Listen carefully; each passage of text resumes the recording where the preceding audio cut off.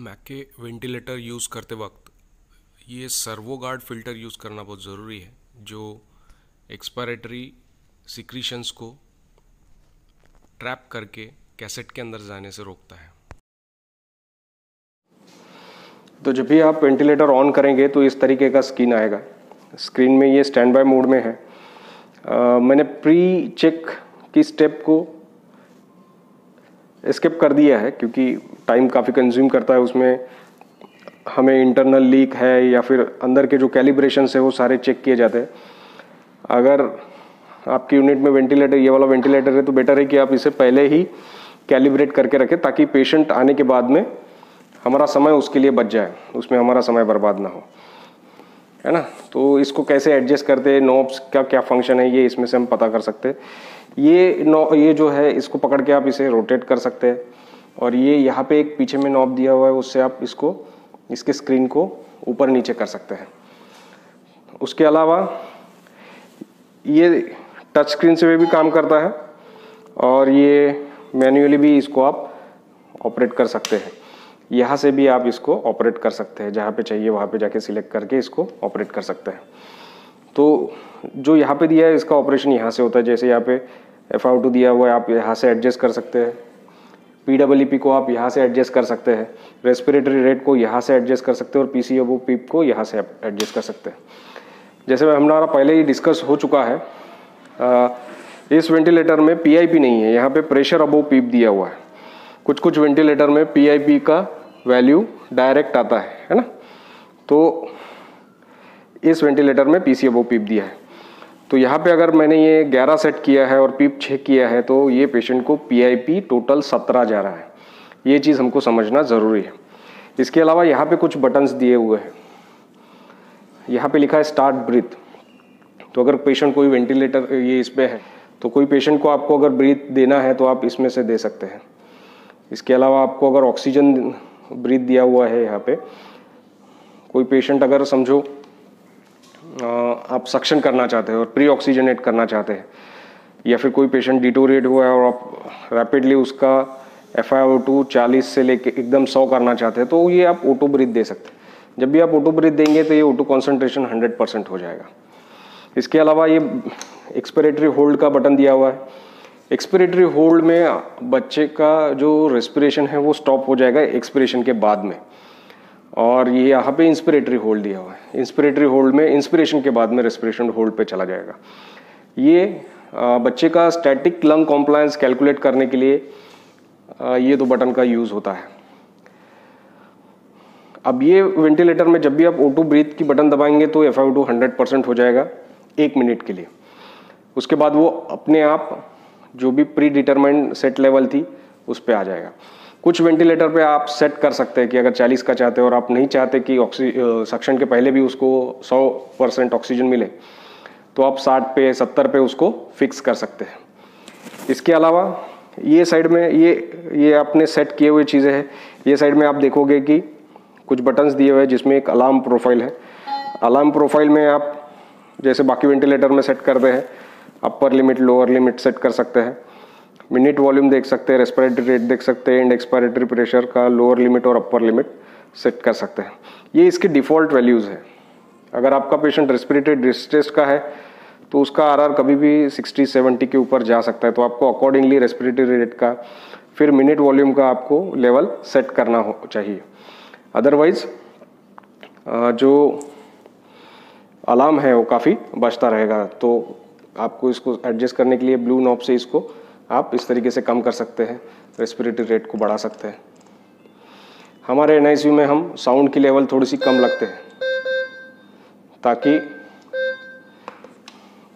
जो बच्चे हैं उनको नॉइस पोल्यूशन ना हो। लेकिन जब आप अलार्म का साउंड कम कर देते हैं तब आपकी जिम्मेदारी और ज़्यादा बढ़ जाती है, क्योंकि ये बच्चा कभी भी अरेस्ट में जा सकता है। और अगर वेंटिलेटर अलार्म भी दे रहा है किसी कारण से, जैसे प्रेशर बढ़ गया है या फिर लीक बहुत ज़्यादा बढ़ गया है या एंड एक्सपिरेटरी प्रेशर कम हो गया है, मिनट वॉल्यूम जितना चाहिए उतना डिलीवर नहीं हो रहा है, और अगर आपने अलार्म साउंड लेवल कम रखा है तो ऐसे इसमें फिर उसको नोट करना बहुत ज़रूरी होता है। इसलिए जब आप साउंड का लेवल कम रखते हैं तो कोई ना कोई पेशेंट के पास में होना बहुत ज़रूरी है। इसके अलावा यहाँ पे सेव का है, सेव करने के बाद में जो भी स्क्रीन है वो सेव हो जाएगा। और ट्रेंड्स में आप पिछले 24 घंटे का ट्रेंड देख सकते हैं कि क्या हुआ, कैसे हुआ है। यहाँ पे उसके पीप का, टाइडल वॉल्यूम का, रेस्पिरेटरी रेट का, बाद में कितने बार वो बैकअप में स्विच हुआ, ये सारा डिटेल हमको यहीं पे मिल जाएंगे। उसके प्रेशर का, वॉल्यूम का और रेस्पिरेटरी रेट का ट्रेंड हमको यहाँ से मिल जाता है।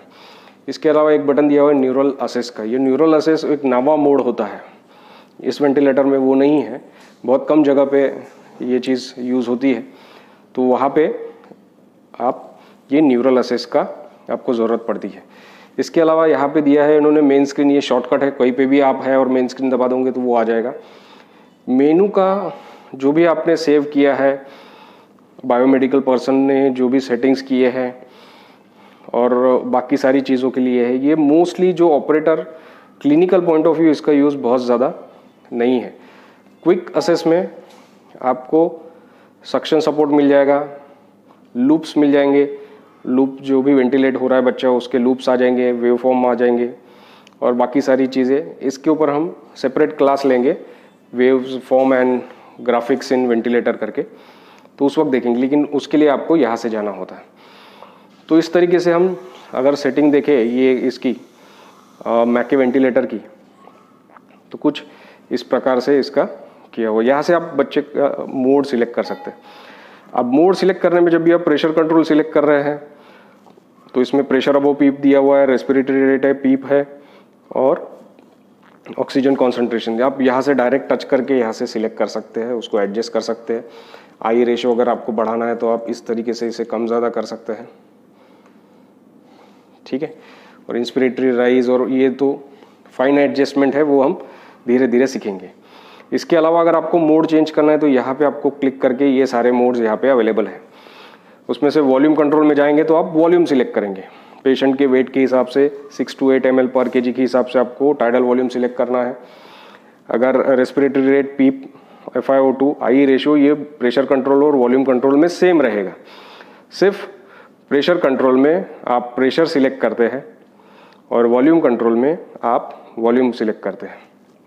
अब जब भी आप वॉल्यूम कंट्रोल में होते हैं तो वेंटिलेटर कुछ भी करेगा लेकिन उतना वॉल्यूम बच्चे को डिलीवर करेगा। अगर आपने 80 ml वॉल्यूम सेट किया हुआ है, टाइडल वॉल्यूम सेट किया हुआ है, तो वो चाहे जितना प्रेशर लगे टाइडल वॉल्यूम 80 ml देगा ही।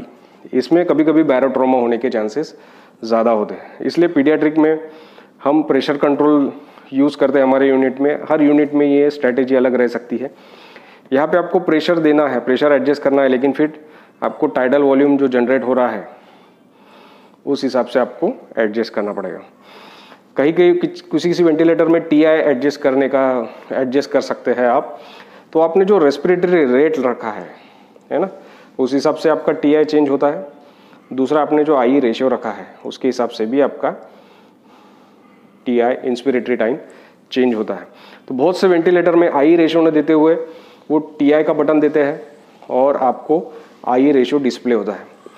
तो वाइस वर्सा आप जितना रेस्पिरेटरी रेट रख रहे हैं उस हिसाब से आपको आई रेशियो या इंस्पिरेटरी टाइम सिलेक्ट करना होता है।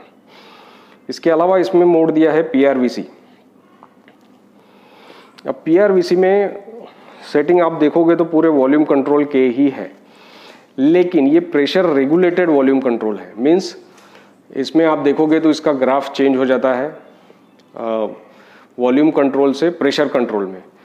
क्यों? क्योंकि ये प्रेशर को लिमिट कर देता है। ये एट ए टाइम बहुत ज़्यादा प्रेशर को बढ़ने नहीं देता। अगर समझो किसी कारण से पेशेंट के लंग्स खराब हुए हैं तो एट ए टाइम ये 3 सेंटीमीटर ऑफ वाटर से ही प्रेशर बढ़ाएगा, उससे ज़्यादा नहीं बढ़ाएगा और कोशिश करेगा जो वॉल्यूम आपने सेट किया है उसको अचीव करने का। तो थ्योरेटिकली ये मोड बताता है कि जितना वॉल्यूम आप देना चाहते हैं उतना पूरा डिलीवर होगा और जितने मिनिमम प्रेशर में जाना चाहिए उतना मिनिमम के हिसाब से जाएगा। तो स्टार्टिंग के 2 ब्रीथ में वो कैलकुलेट करता है कि ये लंग को एक्सपांड करने के लिए कितने प्रेशर्स लगते हैं और फिर उस हिसाब से वो प्रेशर्स को एडजस्ट करता है। तो PRVC मोड थ्योरेटिकली बताता है कि वॉल्यूम ये प्रेशर के जो ट्रॉमा होते हैं, बैरो ट्रॉमा जो होता है वो लंग्स को कम करता है। मेरे हिसाब से ये मोड, लेकिन जो पेशेंट सिक है अभी, मतलब जिसके लंग्स थोड़े ख़राब हो रहे हैं और ख़राब हो रहे हैं, जिसका डिसीज़ अभी राइजिंग ट्रेंड पे है, उसमें थोड़ा प्रॉब्लम कर सकता है। क्योंकि अगर पेशेंट को बहुत ज़्यादा एयर हंगर है और वो स्पॉन्टेनियसली रेस्पिरेशन खींच रहा है, तो ऐसे स्थिति में ये बहुत बार प्रेशर कम भी कर देता है, जिसके कारण कुछ ब्रीथ पेशेंट को जितने जाने चाहिए, जितना वॉल्यूम जाना चाहिए उतना जाता नहीं है। क्यों? क्योंकि ये हर ब्रीथ के साथ में पेशेंट का प्रेशर एक्चुअली एडजस्ट करता है, हर ब्रीथ के साथ में। तो मेरे पर्सनल एक्सपीरियंस के साथ मैं ये ख़राब लंग्स के ऊपर ये मोड यूज़ करने के लिए एडवाइज़ नहीं करता मेरे पेशेंट जो होते हैं। हाँ, इसका फ़ायदा ये है कि जो पेशेंट रिकवरिंग है, समझो पेशेंट अभी इम्प्रूव हो रहा है, उसके लंग कॉम्प्लायंस इम्प्रूव हो रहे हैं, तो आपको बस इस मोड पे डाल देना है। जैसे जैसा उसका लंग्स इम्प्रूव होता जाएगा, उसके प्रेशर्स अपने आप कम हो जाएंगे। आपको बैठ के प्रेशर्स को टाइट्रेट नहीं करना पड़ेगा।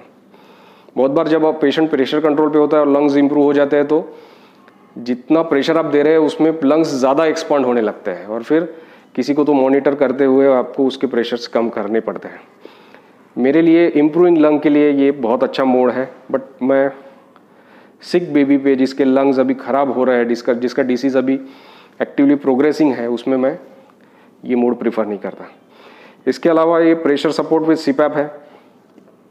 इसमें हम देखेंगे कि सिर्फ प्रेशर सपोर्ट, पीप और ये सारी चीज़ें दी, इसमें रेट नहीं है क्योंकि ये स्पॉन्टेनियस मोड है ना। अगर हमने पहले के वीडियो देखे होंगे तो ये स्पॉन्टेनियस मोड है, इसमें आपको रेट सेट नहीं करना है। इसके साथ में हम बैकअप वेंटिलेशन रखते हैं। अभी बैकअप वेंटिलेशन में आप इसका प्रेशर कंट्रोल में, ये प्रेशर कंट्रोल में शिफ्ट हो जाता है, तो उसके उसका प्रेशर कंट्रोल क्या, PIP कितना होना चाहिए, प्रेशर अबो पीप कितना होना चाहिए, रेस्पिरेटरी कितना होना चाहिए, आई रेशो कितना है, आप यहाँ से सेट कर सकते हैं। अगर मैं चाहता हूँ कि अगर बैकअप में भी जाता है तो ये 20 से ज़्यादा ब्रेथ ना दे, तो मैं यहाँ से एडजस्ट कर सकता हूँ। तो ये बैकअप वेंटिलेशन के साथ में आता है। तो ऐसा नहीं है कि आपने प्रेशर सपोर्ट सीपैप पे डाल दिया और पेशेंट ब्रीथ नहीं ले रहा तो भी वेंटिलेटर कुछ नहीं करेगा, इसमें बैकअप का प्रोविजन होता है। इसके बाद है SIMV। यहाँ पे SIMV के 2 इन्होंने दिए हैं, SIMV with pressure support, volume control, जहाँ पे आप वॉल्यूम एडजस्ट कर सकते हैं, SIMV का रेट एडजस्ट कर सकते हैं, और एक दूसरा आता है प्रेशर कंट्रोल। प्रेशर कंट्रोल में आप प्रेशर का PC अबो पीप एडजस्ट करते हैं, मतलब प्रेशर अबो पीप एडजस्ट करते हैं। बाकी सेटिंग सारी सेम है। तो ये भी चीज़ आपको यहाँ पे मिल जाती है कि SIMV विद प्रेशर सपोर्ट यहाँ पे होता है। तो जैसे हमने डिस्कस किया है कि SIMV एक विनिंग मोड है। पेशेंट जब स्पॉन्टेनियसली ब्रीथ करता है तो जितने ब्रीथ आपने सेट किए, अगर आपने SIMV रेट 33 दिए है तो वेंटिलेटर 33 ब्रेथ ही देगा। अगर पेशेंट उसको सिंक्रोनाइज करता है तो सिंक्रोनाइज देगा, अदरवाइज वो खुद से होके 33 ही ब्रेथ देगा, उसके ऊपर के ब्रेथ वो नहीं ले सकता। तो उसके अलावा जो भी ब्रेथ लेता है वो खुद ले सकता है, लेकिन वो वेंटिलेटर फिर जितना प्रेशर सपोर्ट उसको एडजस्ट करोगे, जैसे यहाँ पे प्रेशर सपोर्ट हमने 11 का डाला हुआ है, तो ये 11 का जैसे ही बटन आ जाता है इसको आप एडजस्ट कर सकते हैं, है ना। तो आप इसको प्रेशर सपोर्ट को दे सकते हैं। PC अबो पीप आपने सेट किया 11, आप 11 के ऊपर इसको नहीं ले जा सकते, है ना, ये अलार्म देगा। अगर आपको 11 के ऊपर का देना है प्रेशर सपोर्ट तो पहले यहाँ का बढ़ाना पड़ेगा, तभी आप यहाँ पे बढ़ा पाओगे, राइट। तो PC अबो पीप ये SIMV के जो भी ब्रेथ है उसके लिए जाएगा, और जो भी स्पॉन्टेनियस पेशेंट ब्रीदिंग ले रहा है उसको प्रेशर सपोर्ट जाएगा। तो जनरली ये हम प्रेशर सपोर्ट के लिए ज़्यादा नहीं रखते, इसको हम जनरली 8-9 ऐसे ही रखते हैं, कम करने की कोशिश करते हैं, और धीरे धीरे फिर रेस्पिरेटरी रेट उसका कम करने की कोशिश करते हैं कि पेशेंट उस पर मेंटेन करता है कि नहीं। तो एक SIMV अपना ये स्पॉन्टेनियस मोड है। एक और इन्होंने PRVC मोड दिया हुआ है, ये भी सेम ऐसे ही है, लेकिन ये PRVC है, मतलब प्रेशर रेगुलेटेड वॉल्यूम कंट्रोल है। तो एक लिमिट से ज़्यादा आपको ये प्रेशर बढ़ने नहीं देता। PRVC में ये प्रेशर कब तक बढ़ाएगा, वो धीरे धीरे इम्प्रूव करेगा, लेकिन जब आप अलार्म प्रोफाइल में जाएंगे तो यहाँ पे प्रेशर का अपर लिमिट दिया हुआ है। तो अगर यहाँ पे आपने 40 सेट करके रखा हुआ है, तो जब तक 80 ml डिलीवर करने के लिए, जो वॉल्यूम आपने सेट किया है उसको डिलीवर करने के लिए 35 सेंटीमीटर ऑफ वाटर पहुंच नहीं जाता तब तक ये वेंटिलेटर अलार्म नहीं देगा, है ना। तो ये लिमिट आपको बहुत सोच समझ के सेट करनी है।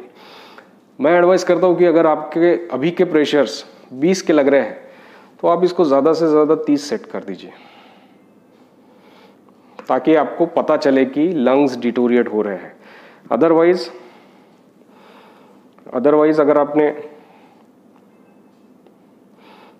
आपने अगर यहाँ पे PRVC सिलेक्ट करके रखा हुआ है ना, तो ये 80 ml टाइडल वॉल्यूम देने के लिए वो प्रेशर बढ़ाता जाएगा, और जब तक 40 तक के नहीं पहुंच जाएगा वेंटिलेटर अलार्म नहीं देगा, तो आपको पता नहीं चलेगा कि पेशेंट के लंग्स डिटोरिएट हो रहे हैं। अगर आप ये अलार्म लिमिट इसकी अगर 30 पे रखते हैं तो जैसे ही प्रेशर 25 पे पहुंचेगा ये अलार्म देना शुरू कर देगा। तो इसलिए जब भी आप PRVC पे पेशेंट को वेंटिलेट करते हैं तो बेटर है कि आप उसकी लिमिट जो है प्रेशर की अपर लिमिट की 30 से ज़्यादा ना रखें, या फिर जो भी आपकी सेटिंग है उससे 5 या 10 सेंटीमीटर ऑफ वाटर ही ज़्यादा रखें। तो इस तरीके से आप यहाँ से इसमें मोड चेंज कर सकते हैं। तो डेमो पर्पज़ के लिए हम दिखा रहे हैं, यहाँ पे मैंने यहाँ पे ट्यूबिंग कनेक्ट नहीं की है अभी। तो ये वॉल्यूम वेव फॉर्म है, अब देख रहे हैं कि ये वॉल्यूम कंट्रोल का वेव फॉर्म है। यहाँ पे एक्सपिरेटरी मिनट वॉल्यूम लो दिखा रहा है 0.2, तो आप यहाँ से अलार्म को इससे सेट कर सकते हैं, है ना। तो पेशेंट का एक्चुअल वॉल्यूम कैलकुलेट करके आप उसको एडजस्ट कर सकते हैं, तो ये अलार्म गायब हो जाएगा यहाँ से। जब भी आप वॉल्यूम सेट करते हैं तो आपको प्रेशर्स देखना है, पीक कितने हैं, क्योंकि यही आपको बताएगा कि आपके लंग्स की कंडीशन कैसी है। क्योंकि आपने जब वॉल्यूम सेट कर दिया है, जो आपने टाइडल वॉल्यूम यहाँ पे सेट कर दिया है, उतना डिलीवर करने के लिए वो जितना प्रेशर लगता है पूरे देगा, और उसी कारण से उतना प्रेशर भी वो डिलीवर करेगा। तो ये आपका सेटिंग है, ये आपकी ऑब्जर्व्ड वैल्यू है। यहाँ पे आप देख रहे हैं प्रेशर्स जो येलो में दिख रहे हैं वो प्रेशर्स है। पी पिक 33 है, पी मीन 14 है, PWP 5 का दे रहे हैं। आप 5 का डिलीवर दे रहे हैं, यहाँ पे 5 का ही हो रहा है। अगर किसी कारण से वो थोड़ा सा बढ़ जाता है, 6-7 हो जाता है, तो इसका मतलब है कि पेशेंट ऑटो पीप जनरेट कर रहा है। अब ऑटो पीप भी एक कंसेप्ट है, वो हम आगे समझेंगे कैसा रहता है। तो आप कितना पीप दे रहे हैं और वहाँ पे कितना डिलीवर हो रहा है वो आपको देखना है। यहाँ पे रेस्पिरेटरी रेट 33 का है और टोटल 33 ही डिलीवर हो रहा है, मतलब पेशेंट स्पॉन्टेनियस ब्रीथ नहीं ले रहा है। अगर किसी कारण से पेशेंट स्पॉन्टेनियस ब्रीथ लेता है तो ये लाइन यहाँ पे पिंक हो जाएगी, यहाँ पे T लिख के आएगा और आपका रेस्पिरेटरी रेट उतने हिसाब से बढ़ जाएगा। तो आप इसमें स्पॉन्टेनियस ब्रीथ भी देख सकते हैं। ऑक्सीजन कॉन्सेंट्रेशन मैंने 21% रखा है, यहाँ पे 21% जा रहा है। यहाँ पे आई रेशो भी डिस्प्ले कर रहा है। अब यहाँ पे टाइडल वॉल्यूम डिस्प्ले हो रहा है, यहाँ पे आपने 6.5 का टाइडल वॉल्यूम रखा है, वो 6.5 का डिलीवर हो रहा है। अगर दोनों में डिफरेंस आ रहा है तो इसका मतलब कहीं ना कहीं लीक हो रहा है। ये प्रेशर कंट्रोल में ज़्यादा इंपॉर्टेंट है, क्योंकि वॉल्यूम कंट्रोल में वो लीक को कॉम्पेंसेट नहीं करेगा, प्रेशर कंट्रोल में वो लीक को कॉम्पेंसेट करेगा। आप यहाँ पे देखोगे ये वॉल्यूम कंट्रोल की प्रेशर कंट्रोल वेव फॉर्म में चेंज हो गई है, राइट। और यहाँ पे आप देखोगे कि यहाँ पे आपने प्रेशर सेट किए थे, यहाँ पे आपने PC अबोव पिप सेट किया हुआ है, इसको हम कम कर देते हैं। तो जब भी आप प्रेशर और PC अबोव पिप सेट करते हैं, आपको टाइडल वॉल्यूम को टारगेट करना है। आपको जितना टाइडल वॉल्यूम जनरेट करना है उस हिसाब से आपको PC अबोव पिप एडजस्ट करना पड़ेगा। अगर आपने वॉल्यूम कंट्रोल पे लिया है तो मैं चाहता हूँ कि आप थोड़ा सा वॉल्यूम कंट्रोल का वेव देख ले, और जब हम PRVC पे इसको चेंज करते हैं तो उस वक्त इसका ग्राफ चेंज हो जाता है। तो आप देखिए यहाँ पे ग्राफ चेंज हो जाएगा। तो ये वॉल्यूम कंट्रोल का एकदम प्रेशर कंट्रोल में चेंज हो गया। तो ये प्रेशर रेगुलेटेड वॉल्यूम कंट्रोल है, ये डिफरेंस है वॉल्यूम कंट्रोल में और प्रेशर रेगुलेटेड वॉल्यूम कंट्रोल में। तो जो भी ट्रिगर पेशेंट ट्रिगर रहता है ब्रीथ, यहाँ पे ग्रीन लाइन आ जाएगी और यहाँ पे T लिख के आएगा। तो जितना भी T लिख के आ रहा है, पिंक लाइन आ रही है, वहाँ पे वो पेशेंट ट्रिगर्ड ब्रीथ है। तो जैसे मैंने बताया था कि आप यहाँ से ऑक्सीजन ब्रीथ अगर देते हैं तो 21% का 100% हो जाएगा। आप ET सक्शन करने से पहले पेशेंट को प्री ऑक्सीजनेट कर सकते हैं। जो स्टार्ट ब्रीथ एक दिया हुआ है यहाँ पे, तो स्टार्ट ब्रीथ में जो भी आपने दिया है और आपको थोड़ा पहले चाहिए, तो ये जब भी आप बटन दबाएंगे ब्रीथ शुरू हो जाएगा। वही सेटिंग्स रहेगी जो ऑलरेडी आपने सेट की हुई है, लेकिन थोड़ा जल्दी आ जाएगा अगर आपने जल्दी दबा दिया बटन तो, राइट। तो ऐसा आप थोड़ा सा ब्रीथ जल्दी दे सकते हैं पेशेंट को अगर ज़रूरत है तो। दूसरा, यहाँ पे एक्सपिरेटरी होल्ड है, तो आप इसको दबा देंगे तो पेशेंट एक्सपिरेटरी होल्ड में चला जाएगा। ये कुछ सेकंड के लिए जाएगा, 30 सेकंड के लिए जाता है इसमें, और उसके बाद में उसका फिर से अगर आप बटन दबा के भी है तो भी वो ब्रीदिंग उसका शुरू हो जाएगा। और इंस्पिरेटरी होल्ड में आप उसको इंस्पिरेशन में भी होल्ड करके रख सकते हैं। देखिए, जैसे ही आपने इंस्पिरेटरी होल्ड पे रखा है, पेशेंट इंस्पिरेटरी होल्ड में चला गया। ये स्टैटिक कॉम्प्लायंस करने के लिए, कैलकुलेट करने के लिए यूज़ होता है, और या फिर एक्सरे निकालते वक्त आपको अगर इंस्पिरेटरी फिल्म चाहिए तो भी आप इसको यूज़ कर सकते हैं।